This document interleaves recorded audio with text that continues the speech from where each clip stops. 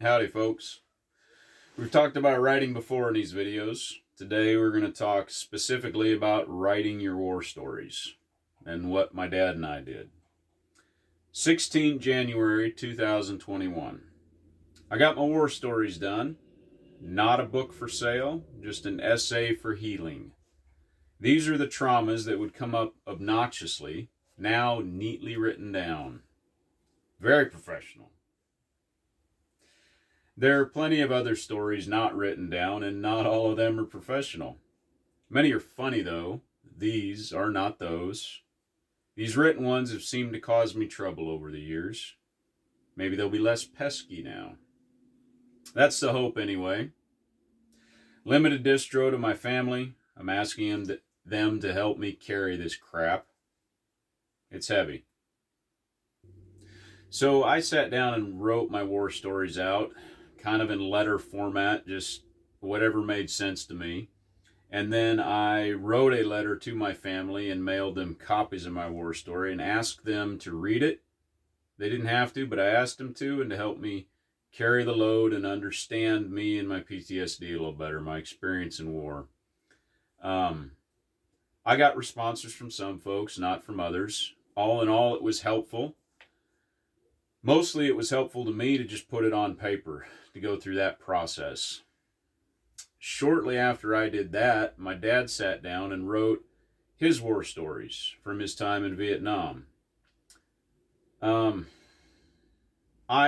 Like I said, I find it helpful from processing everything and putting it on paper. And I think in my last video I said that the pages seemed to hold the emotional vomit, because that is what was happening. I'd talk about my time in war, and then it would just become this obnoxious thing that I called emotional vomit. My dad has said to me that it's useful to have everything on the paper, because if people ask about it or he wants to tell them about it, he can just hand them the paper and they can read and ask questions. He doesn't have to relive the emotions of telling the stories. It makes total sense to me. So what I'm going to do here is share with you 4 excerpts to give you an example of the things we included in our war stories. I'm going to give you 2 funny and 2 strange. I'm not going to include anything about the horrors of war. We did write about that stuff too, but I don't think this is the format to share those things. I don't want to put that out there on YouTube. So let's see. My dad went into Laos in May of '71 as an advisor to the mechanics of T-28 aircraft. There were 5 sites in Laos, and he went to Savannah Cat. All right, so an excerpt from his roughly 6,000 words. Another time, I got myself into a fix getting American beer for the colonel and pilots and their linemen for the Laotians. It started out as a few cases and ended up as 2 trips to NKP in Thailand. We worked through EOD there. Funny that. We took a C-47 and went to NKP and loaded it with beer. They brought it out on pallets, and we loaded until we hit our weight limit. So we had to go back for the rest. The base commander, Colonel Robertson, came and asked what the heck was going on. The EOD captain, Tony Perez, said, well, they're having a celebration in Laos. The colonel left with that. Anyway, I was glad to see that day come to an end. Everything turned out okay. As far as I know, everybody got their beer. When I first read that, I guffawed out loud that my dad's hauling plane loads of beer in coordination with some EOD guys he knew. All right, one funny story from me. Let's see, we were doing a whole bunch of exercises in my first duty station in mop gear. So one night we were out of mask and I was taking a break outside the tent. I saw a pickup start to back out of a parking stall. The driver of the pickup had turned the wheel too soon, was stuck on a sandbag, and was about to gun the engine and slam into one of our other vehicles.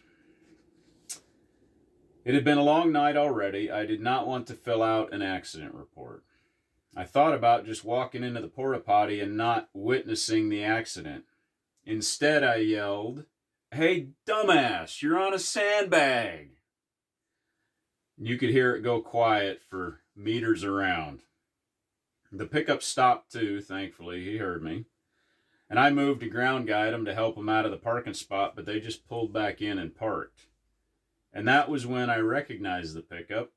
Sure enough, our chaplain climbed out of the driver's seat and came over to talk to me. I had just called a Catholic priest a dumbass. He understood my intent to not have an accident and was apologetic for causing a scene. As I talked with him, I began to hear muffled laughter around me. When I got back inside our tent, it was all everyone could do to keep a straight face. I mumbled something along the lines of having to go to confession now, and everyone burst out laughing. When I explained what had happened, my NCOIC agreed that at least we don't have to fill out an accident report. Strange things happen in the military, don't they? All right, strange, bad stuff. This is my dad. I went down to the flight line early one morning. It was raining, so no one flew. I got out of the Jeep, and the local comm soldier, Laotian guy, walked up to me, pulled out a .45, cocked it, and put it to my head and said, "Are you ready to die? Buddha says it's okay." I just said, "Not really." He held it there for a little while, then put it down, laughed, and walked off. I went about business as though nothing happened. Nothing was ever said by anybody. The comm guy who did it never again said anything. Life went on as usual.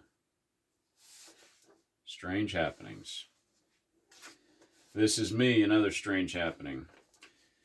Near the end of my deployment, when I was very salty, a strange thing happened. Most of our teams had gone home, and only a few of us were left, chasing loose ends that were the result of a lack of leadership.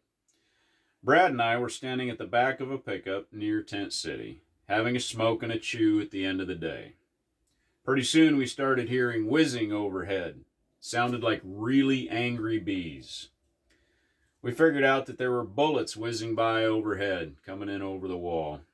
They were close enough, I think I could have stood in the back of the pickup and caught one with my head. I thought about doing just that. I didn't. Very strange.